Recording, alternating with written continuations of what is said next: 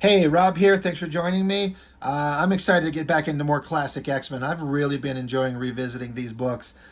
We just finished up the few issues that I had previous to this with the Proteus saga, which was a great story, really well done, as is the case with Claremont and John Byrne. And we're getting into the Dark Phoenix saga. This is considered to be the best X-Men story ever told. Now that's all subjective and to what you like personally and how you kind of feel about anything, but you can't deny it's right up there with the absolute best. And this is where it starts. Now some of the seeds have been laid in the previous issue where Jean Grey, she's not on this cover. That's fine. But you could see that in her mind, she kept getting distracted by mental images of other stuff with the Hellfire Club being interrupting her daily life. It's basically starting the seeds of the Hellfire Club trying to gain control over her and her powers. So the Dark Phoenix saga starts here. Claremont and John Byrne co-plotter, so John Byrne's helping write the story. John Byrne penciler, Terry Austin inker, that best art team on X-Men ever. And then there's another backup story, as happens with a lot of these, with a secondary kind of story. Artist John Bolton, he's always great. So this is the X-Men picking up from the end of the Proteus saga. They're in Scotland. So they're jumping on their jet, wrapping up from the previous story. Like, hey, we did all that crazy shit. We survived. We're an awesome team. Good job, team. Good job, everybody. Let's get out of here. So they're packing up. They're saying, after the whole battle with Proteus that we had, we need a rest. I'm sorry to see you guys go. And Banshee, his powers, he's got like a sonic screen, but he's been injured, so he doesn't have his powers. So he can't help the X-Men anymore, but he's going to stay here because they're in love. They're a thing. So they're just basically saying their goodbyes to their friends, and the jet takes off. They're waving goodbye. And then inside the jet, this is funny because this is such a superhero trope, especially as, you can see how this influenced all the Image guys. I assume there's a similar things, maybe before the X-Men with the Avengers. A super team that has a badass jet, and they're all inside it going from mission to mission. Every superhero team has to have a jet because you got to have a way to get around. I know the Avengers had a Quinjet, but it seems to me, my memory is that the X-Men and their Blackbird is kind of like the cool version of it. And all the Image guys, Cyberforce had it, Wildcats had it, Youngblood had it, a team with the jet. Anyway, as the jet zips by, there's another plane flying around there, and it's this Jason Weingard. I think I'm saying that right. Wyngarde, Wingard or Weingard. Mastermind is his name. He's basically using his mental abilities to secretly infiltrate Jean Grey's mind, and she doesn't know it. It's slowly manipulating her. And it's kind of heartbreaking because you love the character. She's super powerful. She's with the X-Men, and no one knows that she's being fucked with. And that sucks. He keeps projecting into her mind. She keeps having these waking dreams, I guess, of being back in old-timey settings. It's like they're on a ship here, and she's with this guy. He's handsome. They're in love, but she doesn't know what's going on. She's trying to figure out what it is. One of the guys in the fantasy, that's not him, but it's another dude. It looks like Cyclops. She kind of comes back to reality. She snaps back, something is going on. He's like, I'd like to help. And she says, I don't think you can, Scott. I doubt anyone can. Well, let me try. Let's see. They're just trying to work out. He clearly knows something's wrong with her, and she's trying to be strong and, keep herself together. She doesn't need anybody to help her. She can handle it. Not that she would turn away the help of Cyclops. They're lovers. They're in a relationship. They're together. But she's like, no, it's all right. I'm just, my imagination keeps getting away with me. It's all right. And so, they're expressing their love for each other. So they're flying back, landing in their, the yard of the X-Mansion. It's kind of funny how the idea of just a random jet flying over the United States and landing in a yard, no one notices, no one sees. You think they'd see this. But they're like, wait, something's wrong. There's somebody in there. I can't tell if it's friend or foe, but somebody's in there, and there's not supposed to be anybody there. So they bust in, and it's Professor X. Now, honestly, I can't remember where he was or why he was gone. But he's back, and okay, he's been gone for a minute, and so the team's been through a bunch of adventures on their own. Great. Good to see you, Professor X. You're the leader. You're the founder. We're glad to have you home. Great. So, I guess, some days that follow, Jean Grey, Cyclops, they're, just being together, having good old times together. This is a great scene. They go walking down this hallway, and this door slams open. It's Wolverine. Like, he almost slams it. Well, not almost. He does. Slams it right into Cyclops. And it's Professor X yelling at Wolverine, where the hell are you going? And Cyclops like, dude, what the hell's going on? And basically Wolverine's saying, I'm not a kid. I'm not an amateur. And Professor X doesn't get to treat he doesn't get to treat me like a kid or an amateur. I don't jump through hoops. Fuck that shit, he's saying. And so Jean Grey's like, well, that sounds serious. And he's like, Cyclops, yeah, I should have seen this coming. I didn't think things would blow up this quickly. I got to go address this. So he goes in there, and Professor X is doing the traditional shit that he would do with the X-Men when he founded them. He's got them in the danger room, training them, telling them what to do. Hey, do this, you do that, you do that. Colossus, use your strength. Storm, maneuver around in the air. And he notices that Cyclops walks in here, and he says, Scott, tell Wolverine that his childish outburst will cost him 10 demerits. You think fucking Wolverine gives a shit about that? Like, that's funny. It's basically trying to show how out of touch Professor X is, because he's been gone for so long. So, Cyclops literally says, 10 or 10,000, Professor. I doubt they'll mean anything to Wolverine. He's a grown man with years of experience and training in the use of his powers. The same is true for Storm, myself, Jean. The original X-Men were teenagers with no idea how to cope with their abilities, but we're not teenagers or beginners. You can't treat us like we are. He's like, I tried that and it failed. And Professor X says, well, I'm not you. No, you're not me, but you haven't had contact with the new X-Men since you formed the team. I've lived with them, worked with them, fought with them. We're individuals. Like, you need to respect us as adults. And Professor X kind of doesn't want to hear it. He's like, forgive my bluntness, Scott, but to me that betokens a failure of leadership on your part. This anarchy is a result of your failure to teach these mutants how to be a team. He's like, we are a team.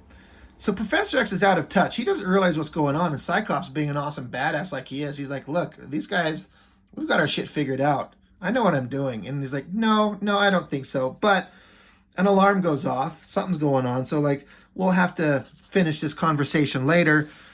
So get the team together. We gotta, let's see.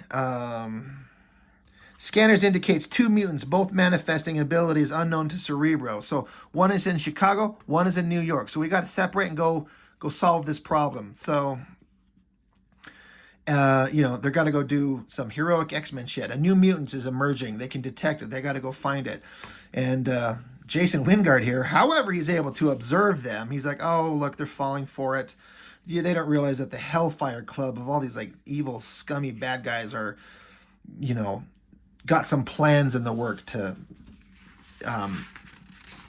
take out the X-Men to, do cool evil villain shit. And they're going to do it wearing sexy girl outfits, because that's awesome. As far as I know, this is the introduction of Kitty Pryde, who is a major popular character with the X-Men, and this is the first time we see her, so this is a significant thing. The beginning of the Dark Phoenix saga is the introduction of Kitty Pryde. She's coming home from school. She's saying how she had one of these darn headaches, so she goes up to her bed to lie down. Her parents know about it, and her head is just throbbing. It's just driving her nuts. She's lying on her bed. She's like, God damn it, stop. But then just like that, suddenly how she was up on her bed, she's downstairs in the living room. How did she get here? Her parents come in like, what's going on? And she's scared. She doesn't know what happened. She bolts up the stairs. I think this is supposed to be the White Queen right here in disguise. They're all trying to track down the new emerging mutant. And so the bad guys have kind of got there first. As they're walking out, here are the X-Men. They pass by the White Queen. This is funny. Wolverine's kind of checking her out. Nice looking frail. That's such a ridiculous way to refer to a woman. I don't know if that's a Chris Claremont old man timey bullshit conversational piece of a way to talk about women, but he calls her a frail. That's so fucking stupid. Nice looking frail. Something about her scent though raises the hackles on my neck. Wonder why? Man, some of this, for as good as they are certainly rooted in a time period. But anyway, the X-Men show up and they want to talk to their daughter about what's going on with her. So they take her out, and Storm's sitting her down talking to her, and, you know, Kitty Pryde, she's like, I know, you guys are superheroes or something, just like the Avengers. Is that you guys? So, you know, she's kind of aware of superheroes, and I don't know if the X-Men specifically, but they're kind of just talking to her to, you know, hey, we're going to have to tell her that she's a mutant and what's going on with her. This is interesting because they're in this, like, restaurant, and back here you see Wolverine. He's looking at a magazine, and you can clearly say that it says Hustler. And Colossus is looking over his shoulder, super innocent little, you know, Colossus, and you can see Wolverine's got a sneer on his face. He's looking at some slutty naked girls, which is totally what, you know, Wolverine would do. Here he is looking at a penthouse, but the guy that runs the place, he's like, sit in the library, buddy. You want to read the magazine? Buy the magazine. And Wolverine's like, dude, no one taps me or orders me around. He's about to beat the shit out of him or something. Colossus is like, dude, calm down. But, you know, boom, bad guys come busted in. Big armored warrior guys. You'll see that in a lot of comics. They show up and unload a flamethrower onto him, but, you know, it doesn't hurt Colossus. He turns into his metal. Wolverine gets his claws out, just takes his jacket off, and suddenly is in costume. But he can't chop through this guy because he's got a force field. You know, they bump into Kitty, and she, if you know her powers, like, it's kind of a mystery is what's going on here, but we're not going to, like, what is the power? Like, she can phase through things, kind of like a ghost. She becomes a ghost. She becomes intangible and can, you know, fall through solid objects, but she doesn't know that's what it is or how to control it. So she gets bumped into, and in a panic, she's like outside.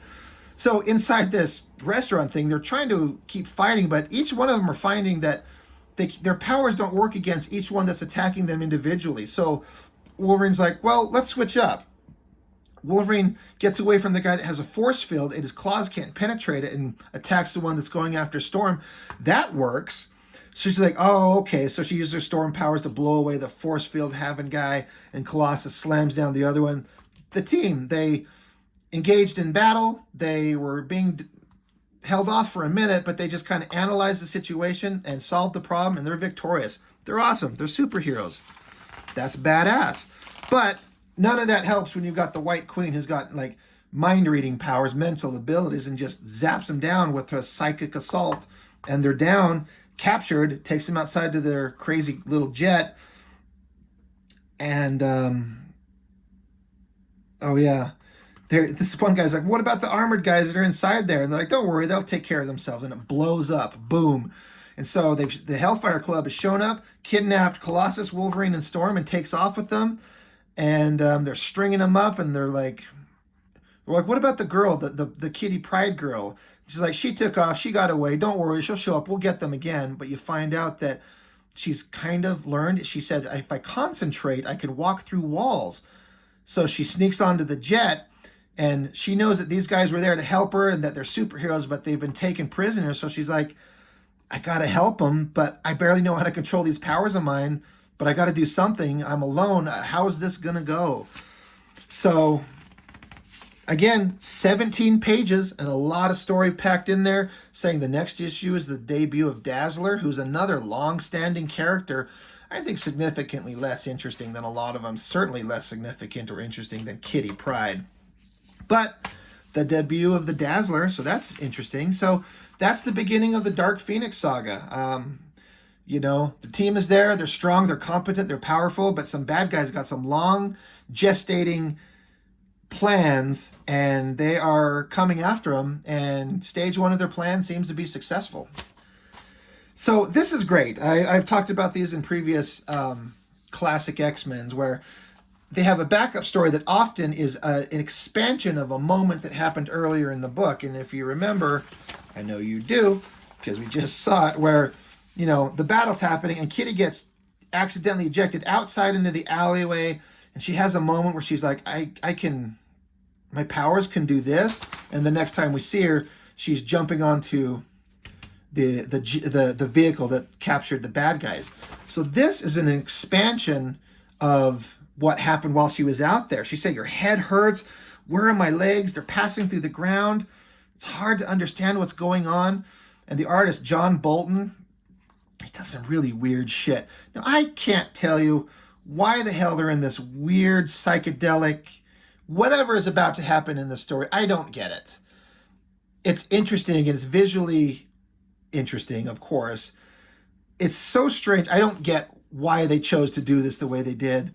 So don't look to me to give any kind of explanation, but she goes into a hallucinatory state. She's in a library and there's this weird creature thing and it's like a librarian. She's like, excuse me, you lose your hall pass, you lose your bookmark. I think I can help you.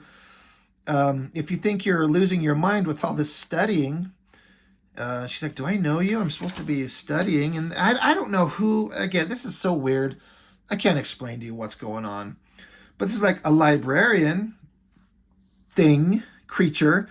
But then you got like this version of the White Queen over here. And there's all this weird imagery and this like an acid trip. This is like the weird acid trip thing going on. And Kitty Pryde doesn't understand what's going on. Believe me, none of us do. It's so weird. I can't even begin to explain to you what's going on except that this is a manifestation of the White Queen and evil, and she has to learn to kind of overcome it from a basic premise. But who wrote this shit? And they got a wild imagination. I can't even begin to kind of like comprehend it. But she's having this weird hallucinatory state. Why? And it cuts back to her lying in the alleyway, still phasing through the walls, surrounded by books now. I don't know. That's a really good drawing, though. That's really solid. And then Kitty her hallucination, she's seeing Storm, kind of the representation of the good and the focus and not the chaotic evil. They're dancing. White Queen doesn't like it, so her little weird, creepy, armless minions now have like wheelchair legs. They're going to chase him down. I feel like I'm losing my mind here. I don't know what the fuck is going on. They plow into Storm. So Kitty picks up hallucination version of Storm and gets her in a wheelchair and takes off and phases through here, like representation of how if she focuses in an important situation, she can phase through things, not just herself, but anything she's touching. So that's an interesting way to kind of show how her powers work. She's like, I'm passing through walls of bricks and books, paper, not paper, unbound, weird dialogue. Great artwork, though. This is my power, my mutant power to pass through solid objects. Now I know. Passing through obstacles, passing through the new, with the X-Men in the service of another. Ready or not, here I come. So it's a weird acid trip story for her to kind of understand of don't let the evil control you, do the good, control your powers, you know what they are, and now she jumps right back into the jet to help the X-Men, just like the original story had.